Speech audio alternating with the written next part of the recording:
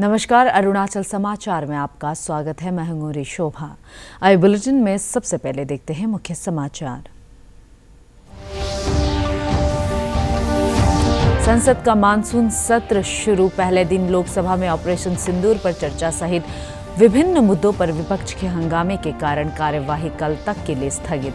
राज्यसभा में प्रश्नकाल के दौरान एयर इंडिया विमान दुर्घटना का उठा मुद्दा। प्रधानमंत्री ने सांसदों से संसद की कार्यवाही में सहयोग का किया आग्रह। न्यायमूर्ति आशुतोष कुमार ने गुवाहाटी उच्च न्यायालय के मुख्य न्यायाधीश पद की दी शपथ। असम के राज्यपाल लक्ष्मण प्रसाद आचार्य ने असम के मुख्यमंत्री हेमंत बिश्व शर्मा की मौजूदगी में न्यायमूर्ति आशुतोष कुमार को दिलाई शपथ। अरुणाचल प्रदेश के मुख्यमंत्री और उप मुख्यमंत्री ने दी बधाई। विधायक वांगलिन लोंगडोंग ने तिराप जिले के सर्कल हेडक्वार्टर बोरदुरिया में अरुणाचल प्रदेश रूरल बैंक की शाखा का किया उद्घाटन। बोरदुरिया में आईजीपी कार्यालय की स्थापना की घोषणा और पुलिस विभाग से बैंक की नई शाखा को सुरक्षा सुनिश्चित करने का किया आग्रह।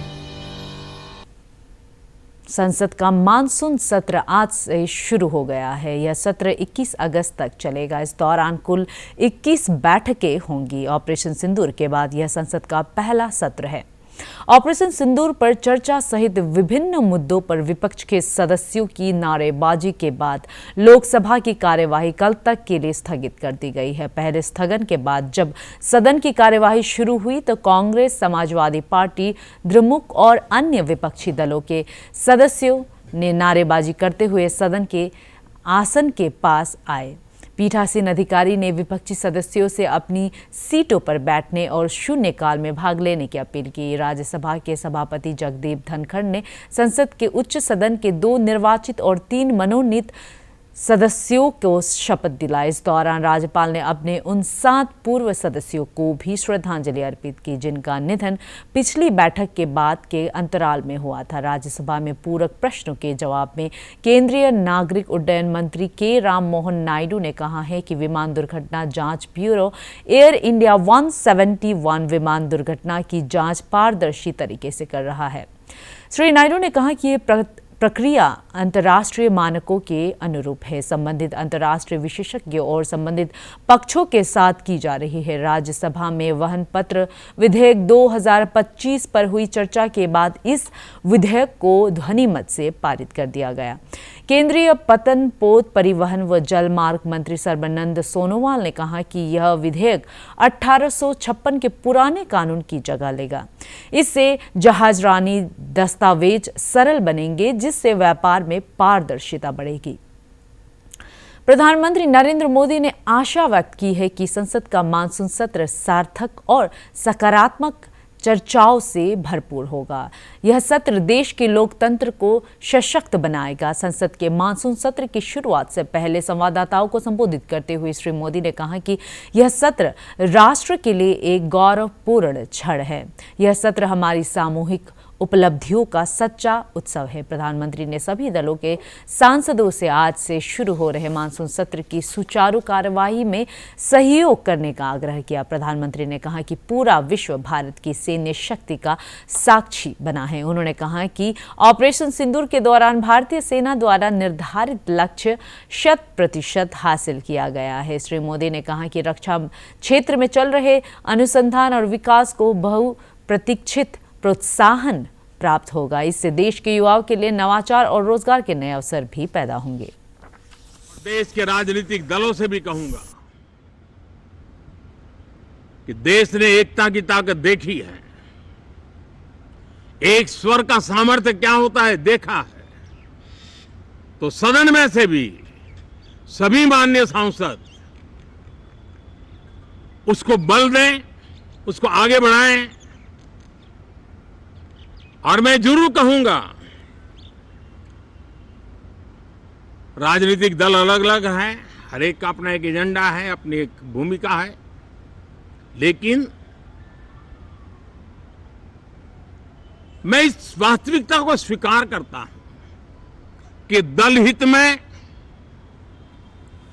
मत भले न मिले, लेकिन देश हित में मन जरूर मिले।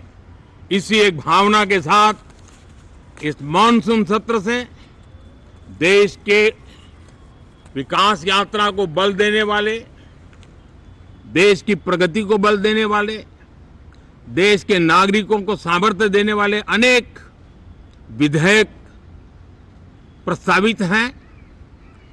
सदन विस्तृत चर्चा करके उसको भी पारित करेगा। मेरी सभी माननीय सांसदों से उत्तम डिबेट चलाने के लिए शुभकामनाएं हैं। बहुत बहुत धन्यवाद। न्यायमूर्ति आशुतोष कुमार ने आज गुवाहाटी उच्च न्यायालय के मुख्य न्यायाधीश पद की शपथ ली। असम के राज्यपाल लक्ष्मण प्रसाद आचार्य ने न्यायमूर्ति आशुतोष कुमार को गुवाहाटी हाईकोर्ट के चीफ जस्टिस पद की शपथ दिलाई। इस अवसर पर असम के मुख्यमंत्री हिमंता बिश्वा शर्मा सहित मंत्रिमंडल के कई सदस्य मौजूद थे। इससे पहले न्यायमूर्ति आशुतोष कुमार पटना हाईकोर्ट और दिल्ली उच्च न्यायालय में न्यायाधीश के रूप में कार्य कर चुके हैं। अरुणाचल प्रदेश के मुख्यमंत्री पेमा खांडू और उप मुख्यमंत्री चाउना मैन ने गुवाहाटी उच्च न्यायालय के मुख्य न्यायाधीश न्यायमूर्ति आशुतोष कुमार को बधाई दी है। I, Ashutosh Kumar, having been appointed Chief Justice of Guwahati High Court, High Court of Assam, Nagaland, Mizoram and Arunachal Pradesh, do swear in the name of God that I will bear true faith and allegiance to the Constitution of India as by law established, that I will uphold the sovereignty and integrity of India, that I will duly and faithfully and to the best of my ability, knowledge and judgment perform the duties of my office without fear or favor, affection or ill will, and that I will uphold the Constitution and the laws.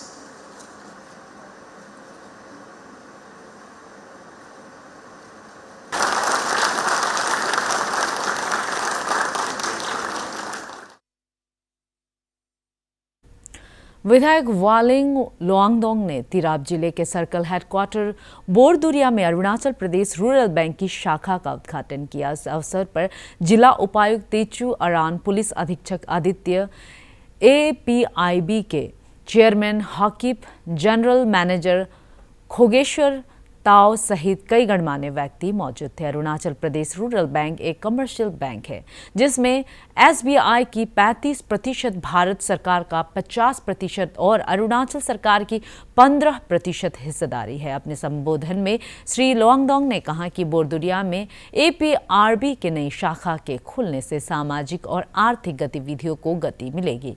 उन्होंने कहा कि इससे business community, सरकारी कर्मचारियों, छात्रों और आम नागरिकों को लाभ होगा। इस मौके पर श्री लोआंगडोंग ने बोरदुरिया में IGP कार्यालय की स्थापना की घोषणा की और पुलिस विभाग से बैंक की नई शाखा को सुनिश्चित करने को कहा। Will do great service to the people of this district. It will be customer friendly, receptive, and I am sure that from the statement the General Manager has initiated and told us that we will see bright days ahead as far as the banking sector in our district is concerned, especially from the APRB. Bank system is that वो हमारा जो values को जान करके वो हमको मदद करने के लिए इन लोग की एक मतलब अच्छा जो relations मतलब रखना है। तो इसीलिए I expect कि हमारा जो APRB जो हमारा बोरदुरिया ब्रांच में जो खुला है एक नाम कमाएंगे और साथ साथ में जितना भी हमारा जो बस्ती वाला जो रूरल का है और जितना भी हमारा जो स्टूडेंट्स कम्युनिटी का है और छोटे छोटे कारोबार जो करने वाला इन लोग का है मदद करेंगे। सीमा सड़क संगठन BRO के महानिदेशक lieutenant general Raghu Srinivas, project Arunank, Brahmank और उदयक के वरिष्ठ अधिकारियों के साथ आज राज्य सचिवालय ईटानगर में मुख्यमंत्री पेमा खांडू से मुलाकात की। बैठक के दौरान अरुणाचल प्रदेश में विशेष रूप से रिमोट और बॉर्डर एरिया में रोड इंफ्रास्ट्रक्चर को मजबूत बनाने पर चर्चा हुई। BRO प्रदेश की ग्रामीण अर्थव्यवस्था को मजबूत बनाने, सीमाओं की रक्षा और बेहतर कनेक्टिविटी के लिए कई महत्वपूर्ण परियोजनाएं परियोजनाएं लागू कर रहा है और आज बैठक में इन परियोजनाओं की समीक्षा की गई। राज्य की भौगोलिक चुनौतियों के बावजूद सीमा सड़क संगठन स्थानीय स्तर पर आजीविका के अवसर पैदा करने, राष्ट्रीय सुरक्षा और कम्युनिटी डेवलपमेंट में सराहनीय योगदान दे रहा है।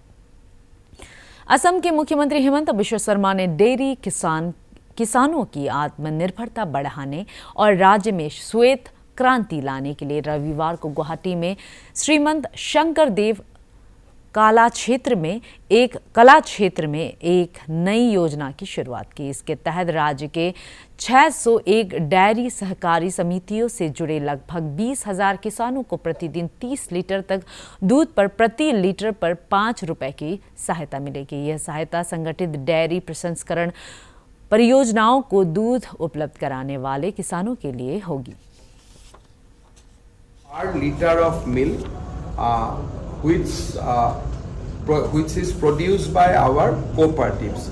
So that scheme will straightway benefit 20,000 farmers, and I am very happy that Assam has started a new scheme targeting the specific goal of increasing milk production. So this subsidy scheme will definitely contribute in enhancing the total milk production in our state, and I am sure that Assam will achieve the target in a very short period.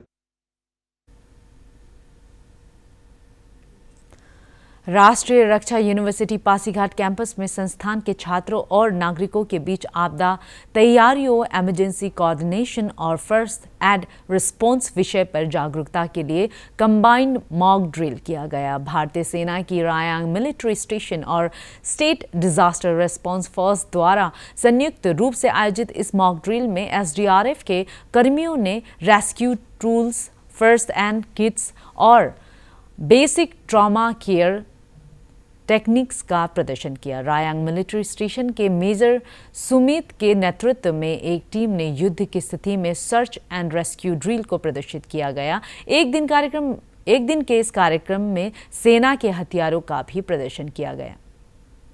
Security management, where all our students they exchange the idea, they have discussed, and we have also imparted them what is the courses all about. Followed by an important event that was led by the Major Sumit from Riang Military Station along with his squad and the SDRF team to prepare and better prepare the civilians regarding Papum Pare जिले के दोईमुख में स्थित राजीव गांधी विश्वविद्यालय में NCC की first Arunachal Pradesh battalion का 10 दिन का शिविर लगा हुआ है। कंबाइंड एनुअल ट्रेनिंग कैंप के बारे में जानकारी देते हुए कैंप कमांडेंट कर्नल समुद्र विजय शर्मा ने बताया कि अरुणाचल प्रदेश के सेंट्रल और वेस्टर्न डिस्ट्रिक्ट्स के कुल 334 कैडेट्स इस शिविर में हिस्सा ले रहे हैं। 25 जुलाई तक चलने वाले इस शिविर में कैडेट्स को विभिन्न जलवायु परिस्थितियों में physical training, drill, yoga, battle crafts, firing और खेलों का प्रशिक्षण दिया जा रहा है। आईटीबीपी द्वारा साइबर सिक्योरिटी और एनडीआरएफ द्वारा आपदा प्रबंधन का भी प्रशिक्षण दिया जा रहा है।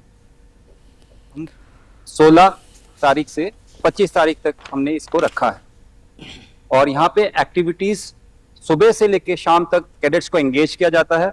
सुबह पीटी, योगा, उसके बाद ड्रिल, ब्रेकफास्ट के बाद इनके क्लासेस होते हैं, सेंट्रल क्लासेस होते हैं जिसपे अलग अलग लेक्चरेट्स रखे जाते हैं।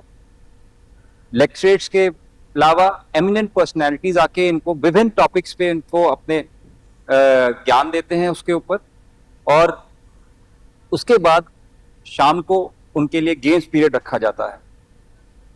इसके अलावा एज पर द ट्रेनिंग प्रोग्राम इनका बैटल क्राफ्ट प्रोसीजर्स, फायरिंग का मस्किटरी, उसके बाद विच कल्मिनेट्स इन एक्चुअल फायरिंग, ये भी उनके लिए रखा जाता है। इसके अलावा ओवरऑल पर्सनालिटी डेवलपमेंट के लिए हम एनकरेज करते हैं कि बच्चे अपना वर्बल स्किल्स इंप्रूव करें ताकि एक जो कि लीडर की निशानी है, और यही सब है जिससे ये पूरे दिन। अरुणाचल समाचार के आज के अंक में इतना ही। हम कल फिर हाजिर होंगे अरुणाचल और देश दुनिया की खबरों के साथ। चलते चलते आपको बता दें कि आप अरुणाचल समाचार हमारे YouTube channel DD news Arunachal पर हर शाम 6:30 पर लाइव देख सकते हैं। देखते रहिए अरुण प्रभा। नमस्कार।